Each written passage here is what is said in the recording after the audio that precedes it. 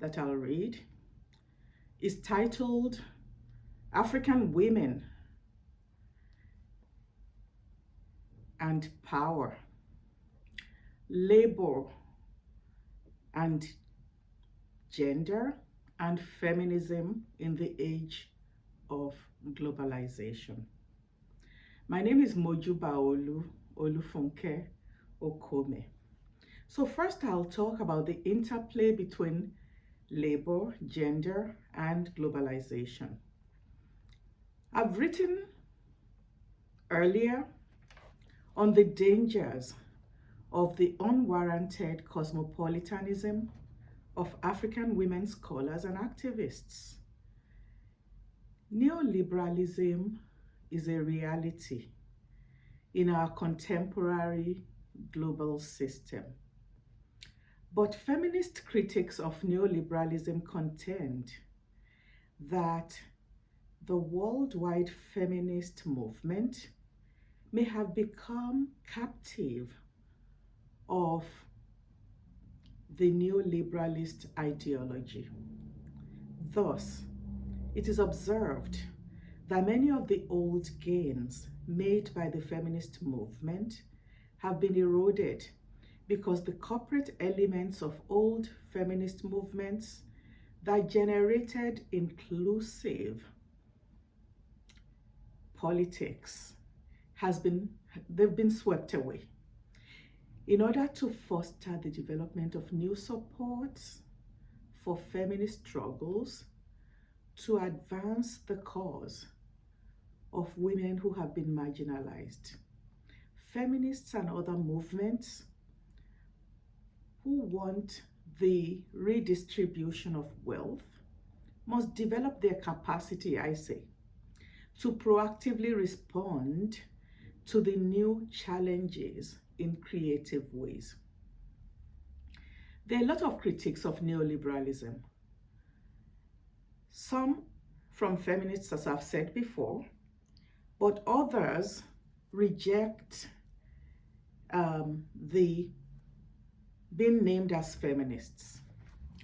For the Africans among these critics, Western imperialism in the world's political economy is mimicked in the academy and in social relations.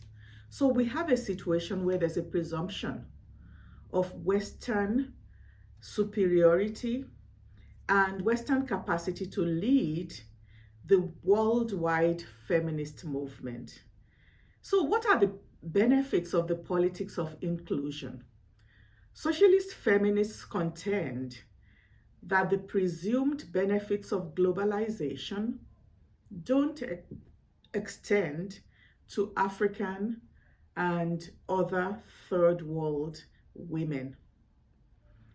They also, for African women, this is very serious business. While the politics of inclusion produced the heady idealism of a united front for all women against the marginalization and oppression of patriarchy, the promise of unity in the face of adversity never materialized. There was instead a hierarchy that privileged Western women who were the controllers or conduits of funding.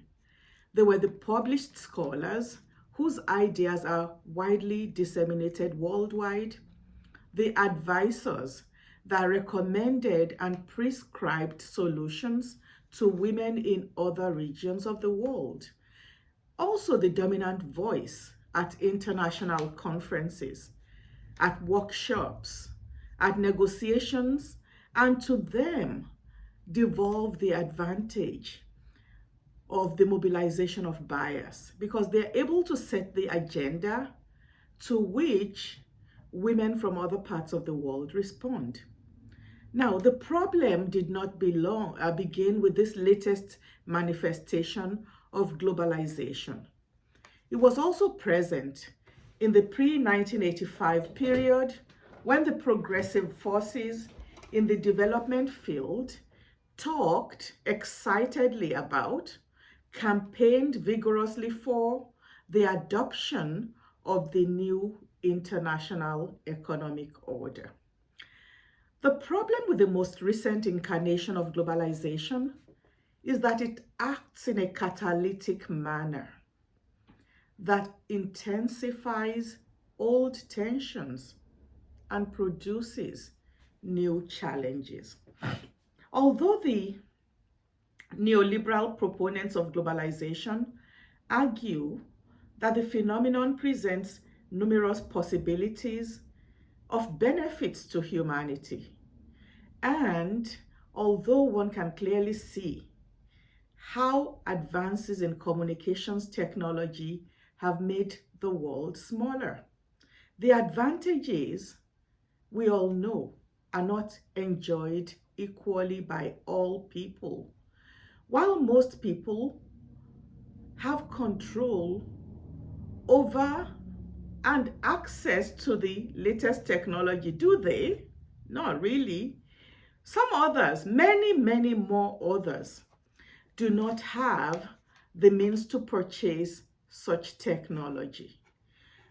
Also, while the technological advances have eased a lot of the tedium of modern life, they are also responsible for many of the problems that affect the environment and also the health and the well-being of the consumers of technology and the labor that produces technological goods, sometimes without the financial ability to purchase and use such technology. Indeed, most African women feel the challenges of globalization in multiple ways. In most African countries, the idea of the welfare state is just a hope for the future. It doesn't exist right now. So people have to fend for themselves from birth to death. With the largesse or benevolence of the extended family as the only cushion against the vagaries of an uncertain world. For these women, globalization has caused tremendous dislocations because the opportunities that exist for them to participate are often as low paid, overworked, no benefit labor. Some neoliberal economists contend that any job is better than no job, and that it matters little what jobs pay as long as one is employed. However, this is often the argument of those who feel like they are the masters of the universe. They know that no such adversity can possibly be visited upon them.